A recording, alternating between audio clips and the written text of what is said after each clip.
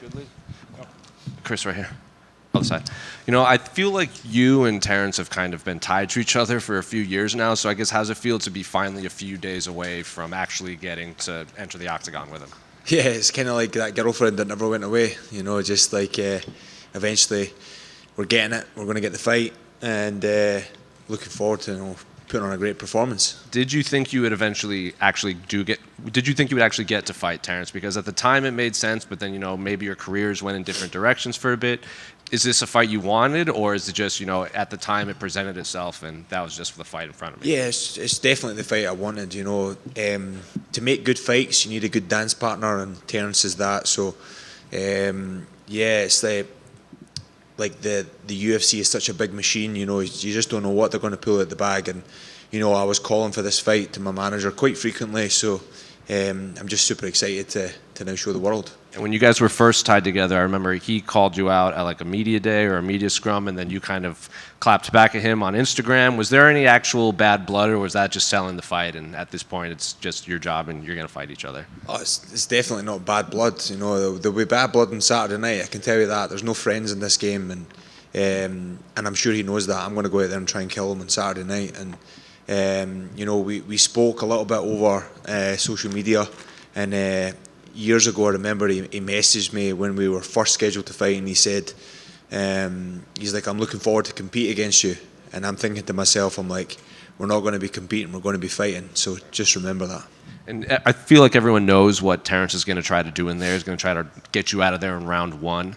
So I guess what are you expecting from him? Is it just as simple as that? Survive round one, put him away round 2 and 3, or I guess what do you see from Terrance? I'm just going to take it as it comes. Plan A, Plan B, Plan C. Get in there and move a little bit and make sure I don't get hit with those big long 1-2s, big high kicks, big knees. I feel he's, without being disrespectful, I feel he's pretty one-dimensional in the sense that, he hasn't been out the first round and won. If we get into the second and third, you see him from my last performance, like how hard I can push myself. And I know how far I can push myself, but maybe you guys don't know because you haven't seen it. In many fights, you've only seen it in one. But I work my ass off 24/7, 7 days a week, and there's not a minute of the day that goes by that I do not think about MMA and the UFC. So I'm ready to put on a show. So I also, when Terrance win or lose, a lot of times he's like, even when he does lose, it's a fight of the night kind of thing, like that Drew Dober fight, right? Yep. I feel like when they matched you up, people are like, oh, fight of the night potential, but that usually means it's a close fight. So do you take that as maybe an insult that people think it's a fight of the night? Because I assume you just want to get this over with quick and have it not be so close. They can say what they want as long as I get my 50K at the back pocket. I'll be happy. But yeah, I'll go out there and try and finish everyone. Sometimes it just doesn't happen. You need to have the Orion's belt of MMA on the night. Sometimes people sleep in for work and things happen. Sometimes it's hard to put everything together on the night. I am getting so much better day in, day out at American Top Team right now that I am the best. You probably hear this every single week. Like, this is the best version of me.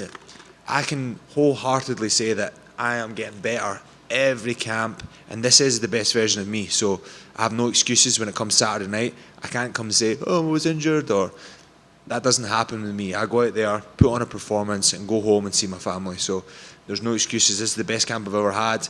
And there'll be no excuses if I lose, which won't happen. And just last one for me, I have to ask, all the lightweights about this, all the title fights that were announced with the interim fight not involving Arman and Ilya being on the sidelines. So considering this is your weight class, what did you make of that fight announcement? And, Arman seems to be the name that people were surprised wasn't involved in the interim fight.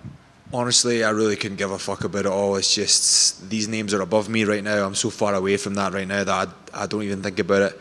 It's like, people get so dealt into it about who they think deserves this and who they think deserves that.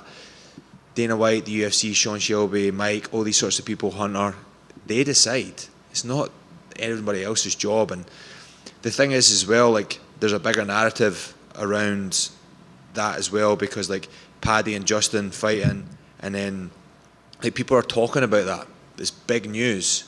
And it's just as big as maybe it would be if Arman was to fight for the title, So, any publicity is good publicity, as they say. So it's good to, everybody's talking about the UFC now, and it's beginning to be the fastest growing, well, it is the fastest growing sport in the world right now, and it's going to be the biggest. I think it will take over the NFL, basketball, all these sorts of things.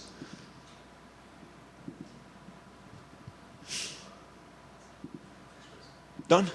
Only one? God's sake.